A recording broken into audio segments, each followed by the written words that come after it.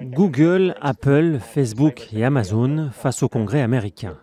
Une audition après un an d'enquête sur d'éventuels abus de position dominante de la part des 4 géants de l'Internet. D'emblée, le président du sous-comité sur la concurrence se montre sévère. Many of the practices used by these companies have harmful economic effects. They discourage entrepreneurship, destroy jobs, hike costs, and degrade quality. Simply put, they have too much power. Google et Facebook accaparent l'essentiel des recettes publicitaires numériques mondiales grâce à l'exploitation des données personnelles de leurs milliards d'utilisateurs.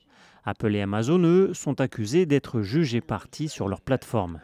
Selon les experts, les GAFA profitent de leur position pour s'emparer d'autres acteurs de l'Internet au fur et à mesure de leur croissance. Donc, ce qu'on leur reproche, ça n'est pas simplement un mécanisme, disons, classique, comme on en voit parfois en droit de la concurrence, dans des cadres de cartels, du béton, du sucre ou des choses comme ça.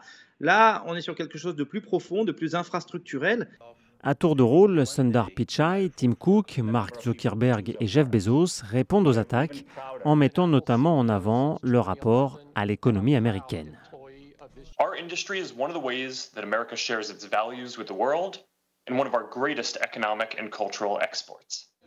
Ensemble, les GAFA valent près de 5 milliards de dollars en bourse, contribuant largement à la croissance américaine. Mais leur emprise a fait naître des craintes, surtout depuis les scandales des interférences étrangères dans la dernière élection présidentielle américaine. Avant l'audition, Donald Trump avait brandi la menace de décret présidentiel pour forcer les GAFA à adopter des pratiques équitables.